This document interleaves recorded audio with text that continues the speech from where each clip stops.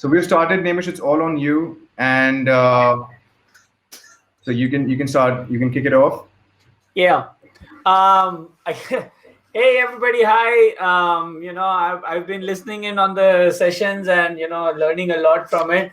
Thank you, Abhimanyu, for organizing this. Manuel, hi. How are you doing? Yes, hi Naimish. I'm very good. Happy to be here. Looking forward to it. Very happy to actually discuss DeFi. But before that, may I ask you both gentlemen to actually introduce yourself a little bit? I think everybody knows Abhimanyu. But before that, can you introduce yourself? Oh yeah, of course. I forgot. Okay, so I am. My name is Naimish, and I run something called as CoinCrunch India. It's a YouTube channel. It's a news, like it's a website where we write news and reviews about latest cryptocurrency projects and developments happening in India. And the developments that affect Indians, a lot more than the international developments, to be honest. So this is very close to my heart. Events which involve people done in India. I've been involved with Abhimanyu in the past for other events. So this is really exciting for me. Manuel, now could you please introduce yourself as well? Yeah, sure. So I'm based next door in Dubai, and I work for a company called Securrency. So Securrency is a blockchain infrastructure company based both in the US and in the UAE. And our company, was founded in 2015. We just raised a Series B. As I said, we're a blockchain infrastructure company with really, three areas of focus. One would be financial engineering, creating, self-executing financial instruments that can be put on DeFi. The other area of focus is interoperability of chains, but also chains and legacy systems. And thirdly, it is compliance. So creating onboarding, creating compliance oracles, for instance, a travel rule oracle that can be applied onto a lending and borrowing protocol or a swap protocol. Amazing. So I'm so happy to have you here. And Abhimanyu, I'm guessing people know you by now. You've been here for almost 2 days now. The only thing, I hope they know me, but I've not been able. I've never been telling people of what I actually do, and what Safle is all about. That's always been a mystery, and that we all like mysteries, and I think I'm one of those storytellers who like to keep people in mystique. But yeah, Safle has been on. Like I've been doing blockchain and cryptocurrency community development and projects since a very long time. That's how I got in touch with Naimish as well back in August to November, I think 2017 times, and have been building communities thanks to everyone, building projects on Web3 and wallets, which is coming on with so Safle Network group of companies has education, Web3, wallet, blockchain infrastructure as a service, and build studio where we try to build content for the cryptocurrency areas, but predominantly in English. Haven't really taken the Hindi route to the Indian community yet. I'm pretty terrible at that, probably that's why. And now we're coming out with our next gen open governance non-custodial wallets and Web3 solutions for everyone around the world. And when I say non-custodial, it's like completely non-custodial. And when I say open governance, it means like completely open governance. It took 2 years to build it. It's a completely HT wallet inside of an Ethereum based identity. And then we have a leg where we try to get people away from the Prussian style education system that exists in the world with our Safle Labs, with the tech department, where we try to get engineers and designers to learn how to develop better design and better tech with the modern times in the modern era. So we ask them to change the mindset to not be using the same protocols and tools and frameworks that they were using in 2017, 16, 15. They need to move with time as cryptocurrency moves faster than anything else. That's pretty much about me. And then cryptocurrency does move fast. I'm actually happy to get the updates on Safle. Congratulations, Manuel. Also, thank you for being here. Let's start with the first question, guys. More that Manuel doesn't know about Naimish, Naimish does. He creates content on a daily basis. Manuel, he creates, like, he's in front of the camera for like more than 3 hours with his team and everything. And all, I don't think there would be any staking farm that he wouldn't have gone to. He's been a farmer since since quite long. Excellent. I would say that I have sufficient knowledge. Okay, but I do learn every day something new. Absolutely. It always baffles me. Every day I learn something which baffles you. All right, guys. We start with a very simple question. We all know that DeFi has grown leaps and bounds in the last 1 year. But the question really is that would you call it unexpected and overwhelming, or would you say that it was sort of expected? We'll start with Manuel first, and then we'll go to Abhimanyu. Well, we certainly expected it. In fact, I guess what was a bit surprising is that it took, as I stated earlier, we started in 2015. We had our own I guess, phrase for DeFi. We called it decentralized investment banking services, DIPS. I guess not as catchy as DeFi, but really basically the principle was the same. And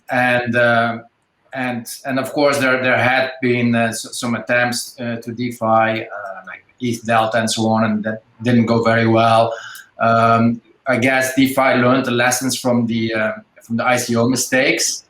And yeah, we saw it grow so fast. I mean, it's obviously solving real issues for people in this, especially in this low yield environment, low yield and soft currency environment, right, where you can package hard currency like Bitcoin and put it to work and generate attractive yields for people.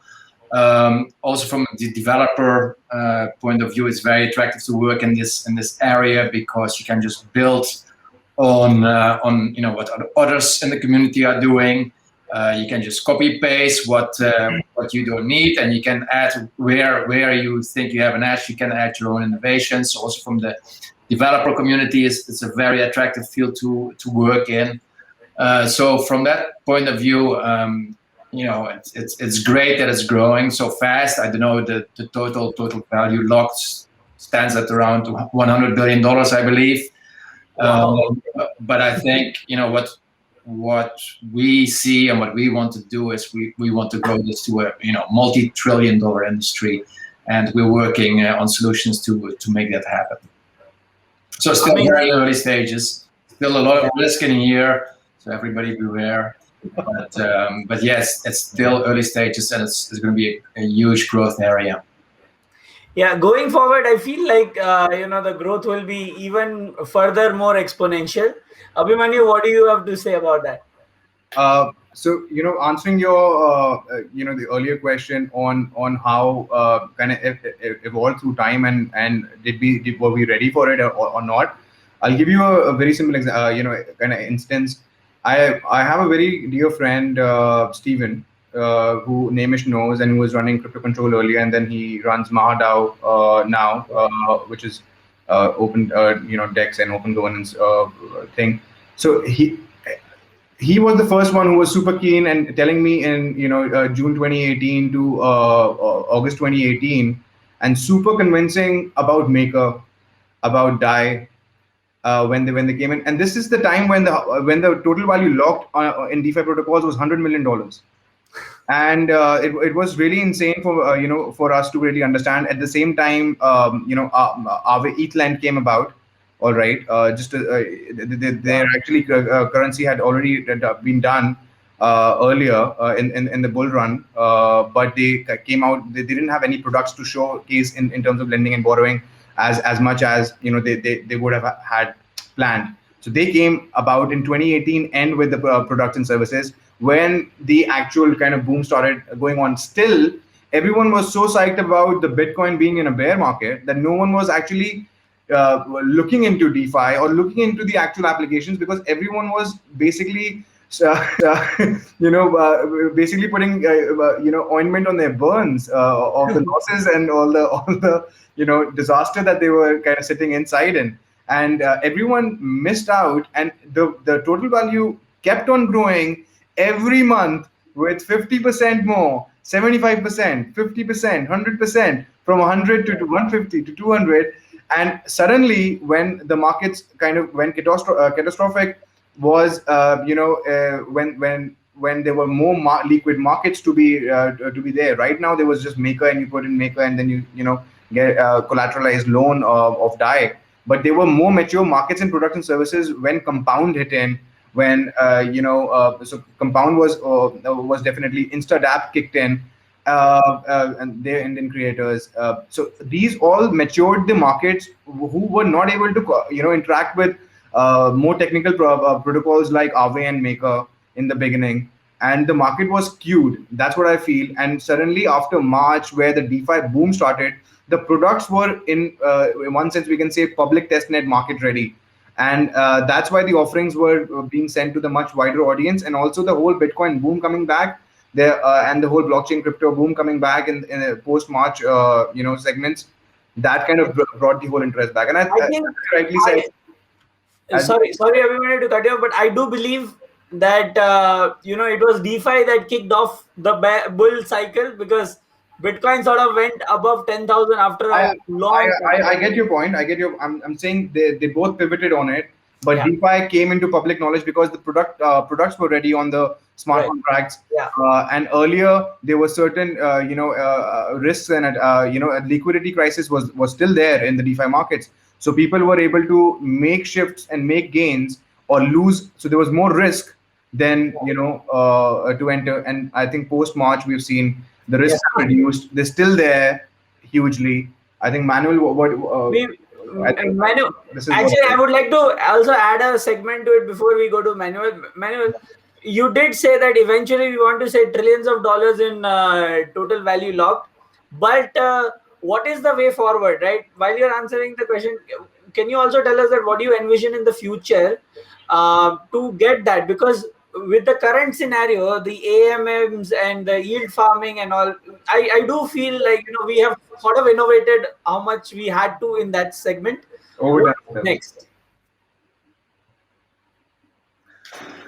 Yeah, I mean, there is a lot of new projects coming online, of course, like every day almost. But like you say, a lot of them lack innovation. There's a lot of copy and pasting going on, and replicating on different chains what's being done on Ethereum, which is good, by the way. I believe in a multi-chain future, but I think there is still a lot of scope for innovation and for the space to grow. There are a number of areas where we can still innovate. So one of them would be interoperability between chains, scalability, maybe more scalable chains, introduce less dependency on Ethereum. The other one, though very important, is also to bring high quality real world assets and touch points, I think, into the space. So not have it solely as a shadow financial services industry that's servicing mainly an audience of tech savvy and finance savvy people between the ages of 20 and 40, or an audience of geeks, let's say. But really, to bring it to the mainstream, you need high quality real world assets that that matter to the majority of people in the mainstream. For instance, mortgages, receivables, real estate, etc. And to of course make blockchains themselves smarter through oracles, introducing real world data into these dumb and blind blockchains. And I think for that, to make it more mainstream, there is going to be a degree of institutionalization. I think DeFi will go into will be adopted. Not will be, it's already being adopted by institutions, and we're one of the companies that's working on this. And of course, that's where the clients are. So you have to meet your users where they are. So 95% of potential DeFi users are not happy to start learning about managing their keys, Right. etc. So they are using either banking apps or major fintech apps, and that's Yeah. where you have to meet them with DeFi. And institutions have a lot to bring, not only liquidity and the number of clients, but also lots of data, lots of financial products, of course, that have been battle tested, lots of brain power. They have lots of very smart employees, and crucially also regulated on ramps for the normal person in the street, of course. Yeah. No, amazing. Okay, I think to an extent, Abby Safle is actually trying to do that. To remove that barrier of managing the keys and take away that complexity, right? So, what would you say, Abhimanyu, on this? Yeah, so Manuel rightly said that the access and onboarding has been a real challenge in the world of open world finance. Not everyone knows how to go and interact with a smart contract or and borrow against their currencies that they're invested in. A lot of them have only been using exchanges for getting access to crypto, and then some of them have even eventually got into trade on that same exchange, but that's as far as some go. Out of that, probably like 3 to 5% people move on to exploring and take it out to a Mu, or take it out to a MetaMask, or take it out to a different kind of wallet that go and interact with these DeFi protocols, either for yielding or liquidity mining or any other complex application of the world of finance at the moment on traditional finance. We, on the other hand, saw this and have been facing, how does my mother go and borrow against, although she doesn't need it, but then let's say for once, if someone has a liquidity in crypto assets, how can it be turned into, that they don't have to sell it when they're buying a purchase? For example, Naimish likes to use a lot of credit card, for example. So if Naimish had already his crypto, then he would have had taken an OD or a limit on the asset for whatever borrowing capacity that the protocol said, and could be easily using it with a crypto card in his own left hand, and doesn't have to bother selling ETH that Naimish had before. So that these complications are being solved by Safle wallets, and it's ultimately we made a wallet which came out first, and then the open governance came. We're not the guys who want to come in and say we're going to have an open governance to the product that we'll make in the future, to the thing that you're going to pay for. None of that we didn't need. So we're coming out with a product which is web extension, web app, and a phone native app. So you can manage your keys. You can manage your keys of the identity that you create, and it's a multi-chain identity. You can create it on Ethereum, Binance. You can port it to different chains, Tezos, and you can then access to all of these dApps and DeFi applications that are already integrated to our SDKs and widgets that we have made. So if you don't have to go to a complex thing and say, oh, what happens on a token swap, or what happens on a compound financing, we are giving them mechanisms and giving them tooltips to reach the right place, and not leaving the experience center. So the experience is based on the user interface that we have made, and they're going and interacting with those protocols. So we have just given them a smart contract based identity in which they have their HD wallet, and that's what we kind of bringing out, which should help my mother also to ultimately stake or invest her assets that she bought at an exchange or from wherever. We actually have on ramp with Transact in 56 countries, so we're going to come on with an on ramp. We don't have an off ramp yet, but I don't know who cares off ramp. We don't need an off ramp. We do need to be in crypto. That's one way of keeping people in crypto. Yeah, one way of keeping people, but. I saw people going and just staking their assets and losing just in slippage, there was no liquidity in that pool, and people are losing money left, right, and center. There's so much going on, so we just want to have an indicative list of the right protocols that you can go on, and matchmake with. We have no interest. Like, what do I have an interest to if someone who's using my free wallet goes on to Maker? The whole idea of being it open source, we wanted to make it completely open source. So you go on GitHub, the whole system, I've made it open source. You go on NPM, it's all open source, and it's going to be continuously be made open source forever. But right now, someday people are farming bake, then they're getting baked, and then they're farming cake, and then they're farming others, and everyone just goes into that. They're shifting liquidity. They're shifting, and this is what liquidity mining actually is. I do want to, Abhimanyu, sorry to interrupt, but I do want to sort of elaborate that also. And my next question is around that. And again, because let's start with Manuel, because, then you can add to it. So, Abhimanyu, I'll pick up from where you left off, as in, like, your mom should be able to go and invest, right?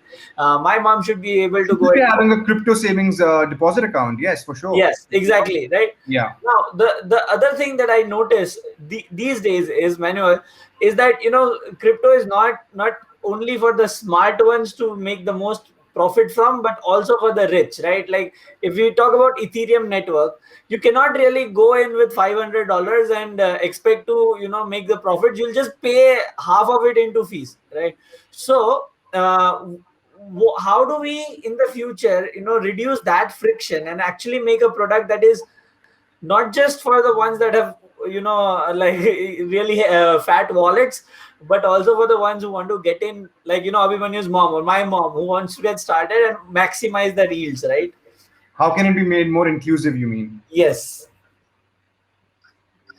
In terms of reducing the cost of these transactions, I think one way, the Ethereum community is, of course, working on it, and there's going to be technological improvements that will help with this, like the POS update.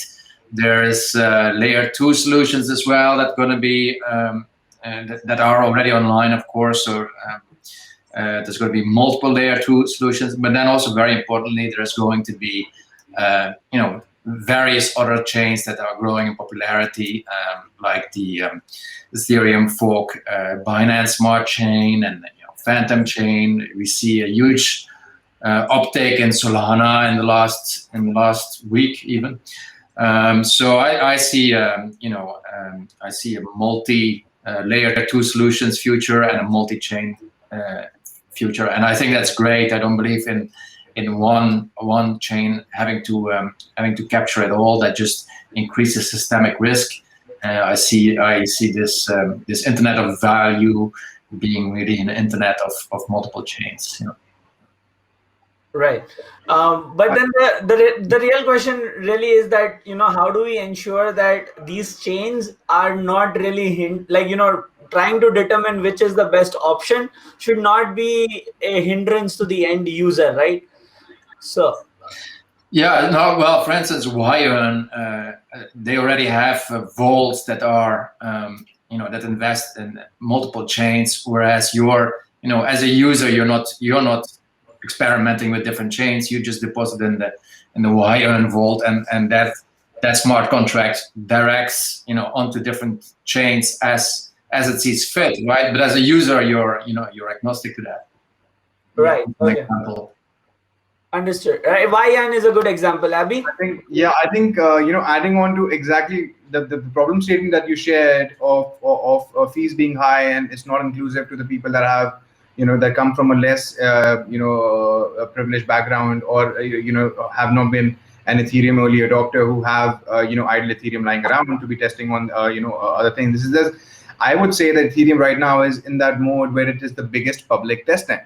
Right, it's the biggest public testnet. We're still building on it. So people who were building on Ethereum earlier have the privilege to test again on what they were trying to do was correct or not, so that it can be made available for the larger public.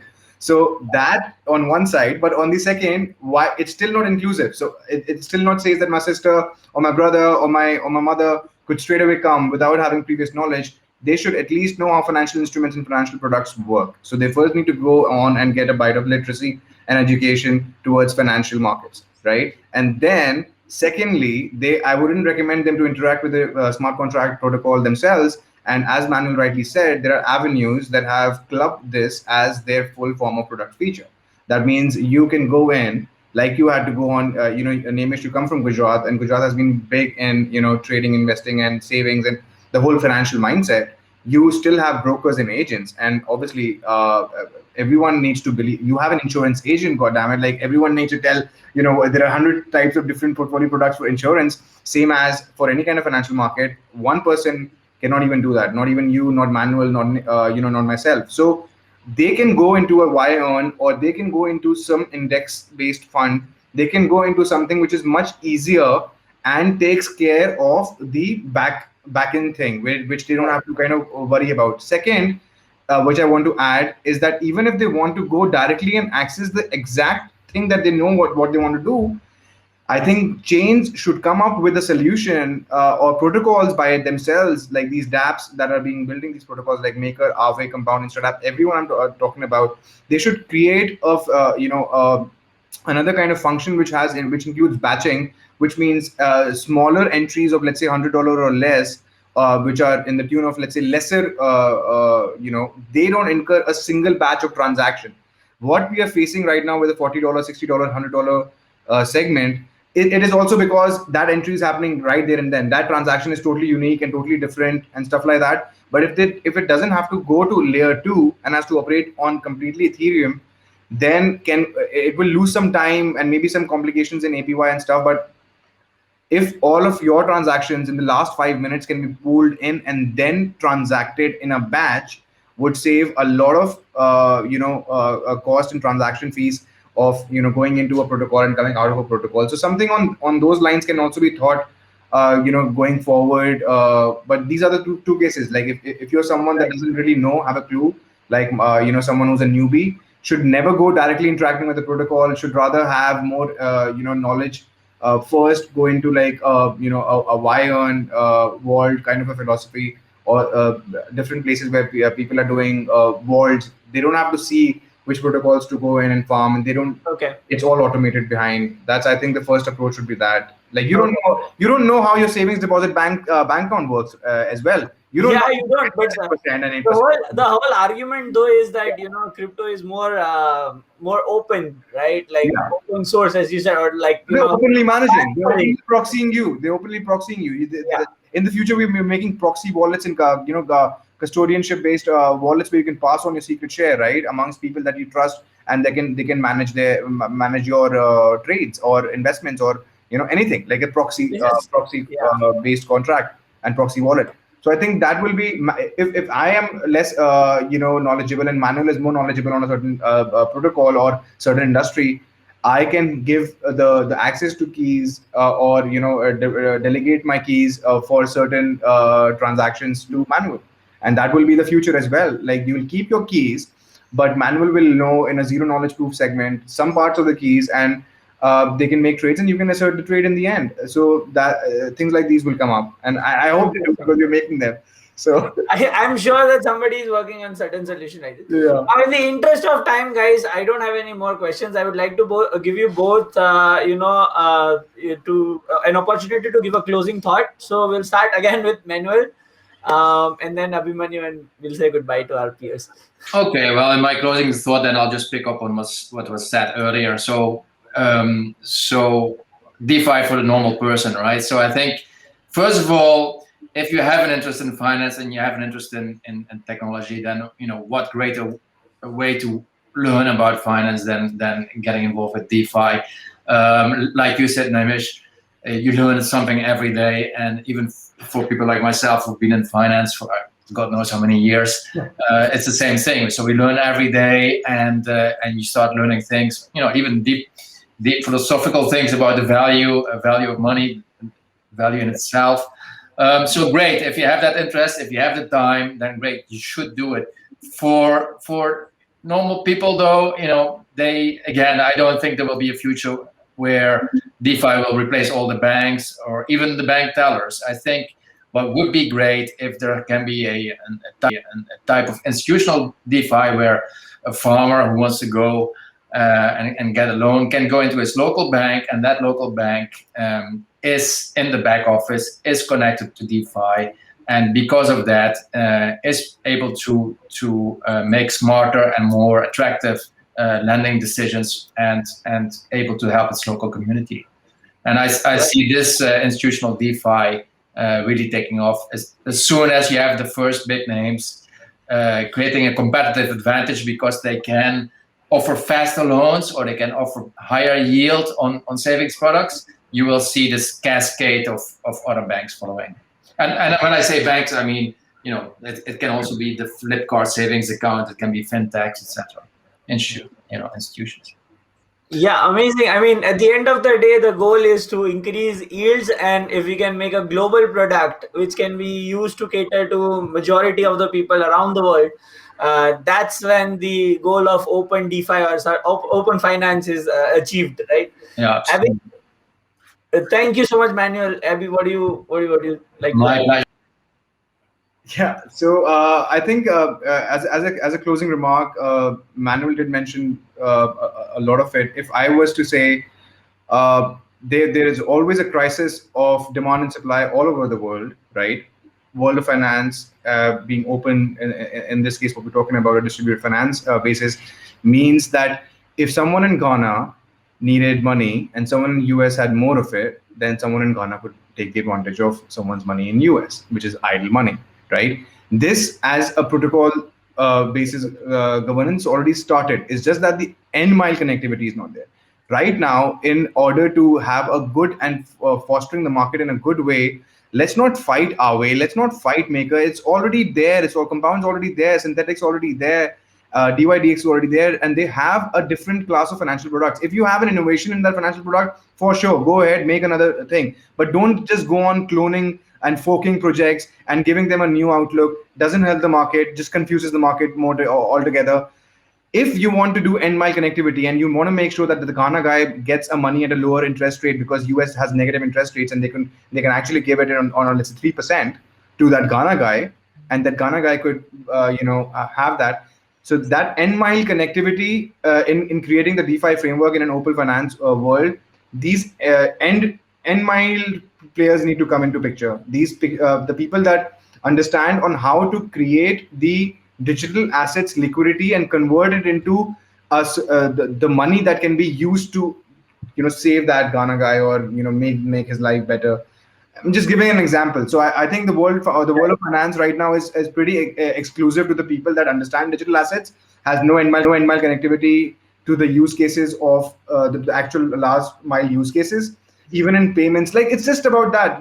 Settlement and clearances are happening everywhere. Nostro accounts are in fiat since ever. There are $32 trillion in Nostro accounts. Nostro accounts are just a basis of settlement. Open world of finance needs a better clearance settlement methodology overall, so that liquidities at different places which are idle can be utilized at different other places. That's my closing remarks. If you can build on it, if you can help us build on it, more than welcome to do stuff. I don't like to go on every day and see there's another compound fork, there's another this fork, and this fork is moving to Solana, this fork is moving to Binance. I've been looking at this for the last 1.5 years, and it really pisses me off. Although ignorance is bliss, I go back into my room, find a book, and enjoy my solitude. But so this is what is happening. That's my closing remarks. Thank you. Okay, thank you, Abhimanyu. Thank you, Manuel, for taking out time and guiding us through this panel. I have nothing to add. Actually, it was a very interesting conversation. I had prepared questions around what is going to be the future, and we've sort of answered it. Yeah. Naimish, can you come on to the next session? It's with Ajit Khurana and Sachin on where should we invest in DeFi. And Manuel, I'm happy to if our team if the team is listening in the background, can someone in the back end add Manuel and Naimish to because it's DeFi and it talks about DeFi projects and how do these guys, and Sachin coming from an asset background, Manuel is investing himself as well. How do we seek out DeFi projects to get involved in?